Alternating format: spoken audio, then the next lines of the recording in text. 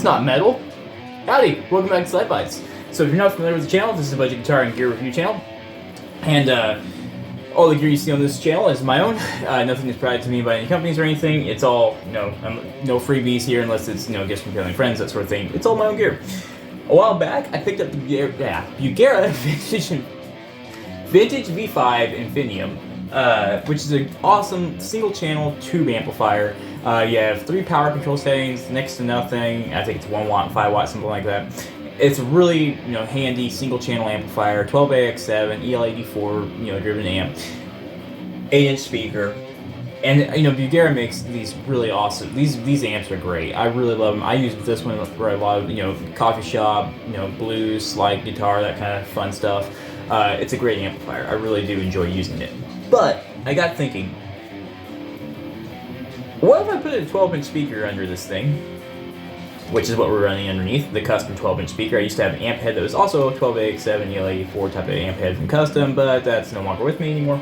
And I still have this cab, and I was like, let's go ahead. It has a speaker, you can run an external speaker to this thing. So I decided, let's hook that up. And I was like, what, let's hook some pedals up through it and see what we can get. And see if we can get a really good metal tone. Because what if this is what you have? And you really just want to see if you can get some metal tones out of this thing, especially if you have like a 12-inch speaker, underneath it, and like maybe you just want to branch out and try something. I just thought it'd be fun. I like a 12-inch speaker anyway, so I've been already running it like this, so figured why not? Let's go ahead and just try it out. So let's go ahead and show you what pedals I'm using down here.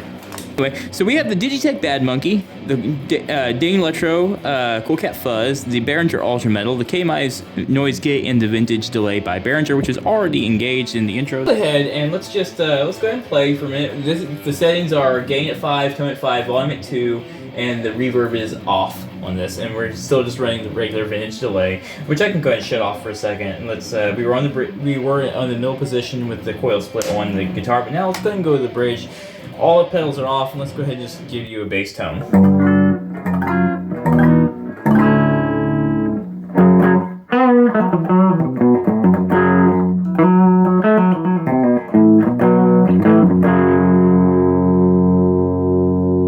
So on its own, I'm going to turn this volume down and turn the gain all the way up.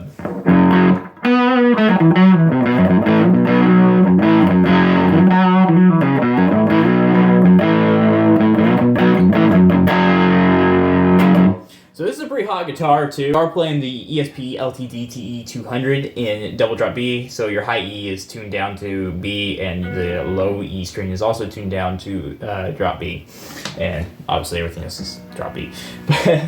So basically, you have 3 B strings, but let's see, you kind of get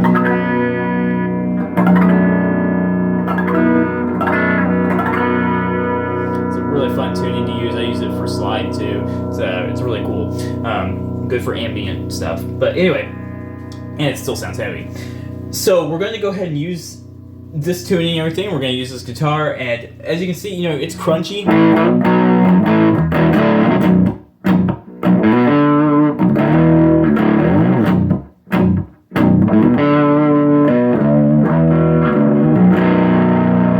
This thing is a great classic rock machine, blues machine, slide guitar machine. I love it for recording that kind of stuff. And with the gain back down, it's beautiful and shimmery, and you can get these really cool coffee shop and beautiful ambient kind of sounds out of it. But right now we are really aiming for metal. So let's go ahead. I'm going to turn on my DigiTech Bad Monkey. I'm going to turn the gain back to 5 because this thing is the gain is cranked on the Bad Monkey. Let's go ahead and just turn this on and just find out what we sound like.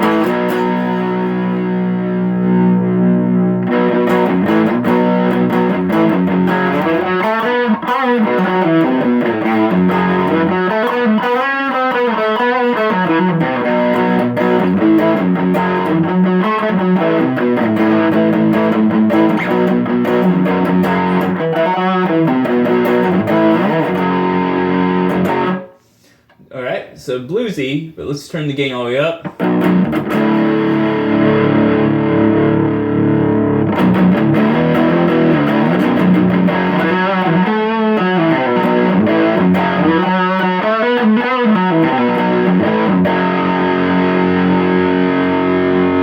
Very rock and roll. gold, but not metal yet. So let's go ahead and turn the gain back to 5, turn the volume down a bit. I'm going to go ahead and kick on the Kmise noise gate, and I'll let you just we'll just aim down a little bit so you can kind of see what's going on. So the Behringer, the DigiTech Bad Monkey is on right here. Let's go ahead and turn on the Kmise noise gate and the Behringer Ultra Metal.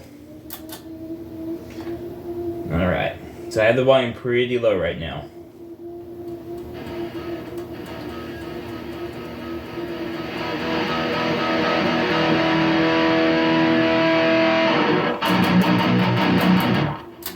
We're getting there.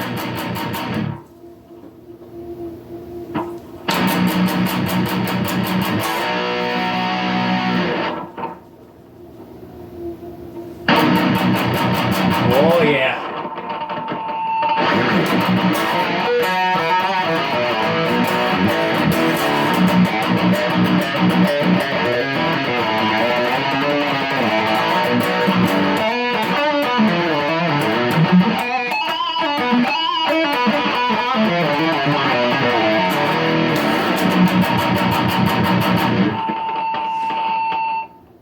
Alright, just noise gate a little bit. So if you were doing this, you definitely probably want that noise gate.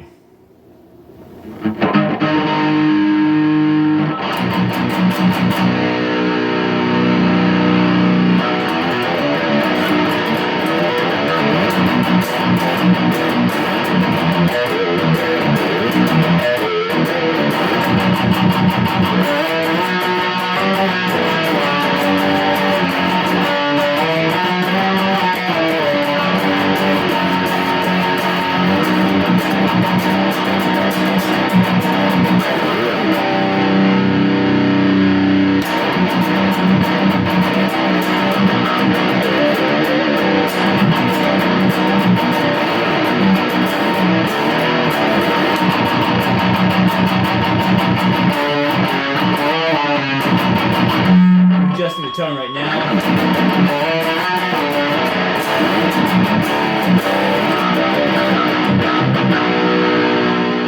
Stick the gain down to 4, the tone down to 6. This volume up just a little bit higher on the amp. Ooh, I like that so far. Let's go up to 7 on the volume.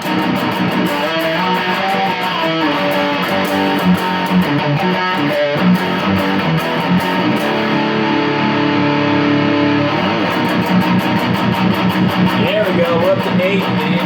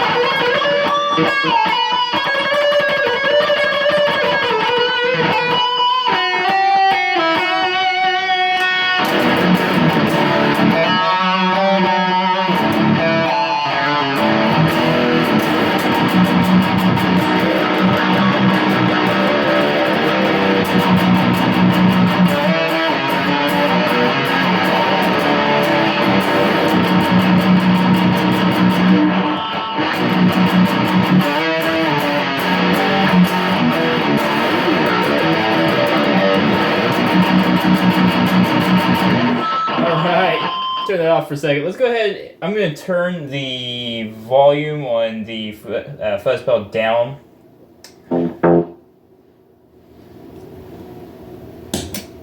And let's go ahead and try the fuzz pedal. Cranking the tone is about halfway. Fuzz is all the way up on it. Let's go ahead and just slowly increase volume here.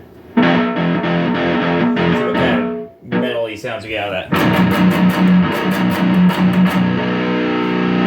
We're still using the down monkey as a boost.